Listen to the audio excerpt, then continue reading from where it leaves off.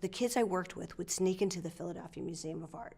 They would look over art magazines. They would go into bookstores and stand there and just pick up Art in America, Art Forum, American Artist, and they would memorize like details about famous paintings. The first graffiti writer I met, he was going by the name Knife.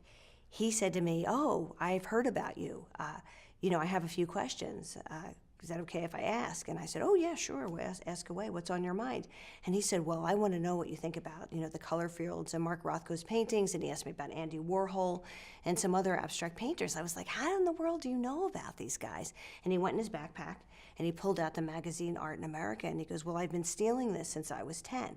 So I'm like, "Well, that's theft, so not great news. However, interesting." And then in their black books, when I got them to trust me and they would show me their drawings, they said they'd been drawing from comic books since they were young.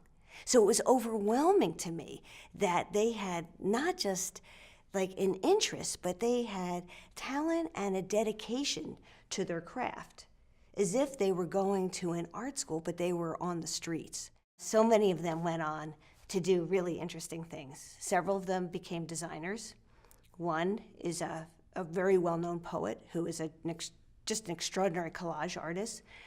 But then others went on to have careers beyond the arts. So one fellow is a software engineer, one's in advertising, one was the head technology guy at United Way.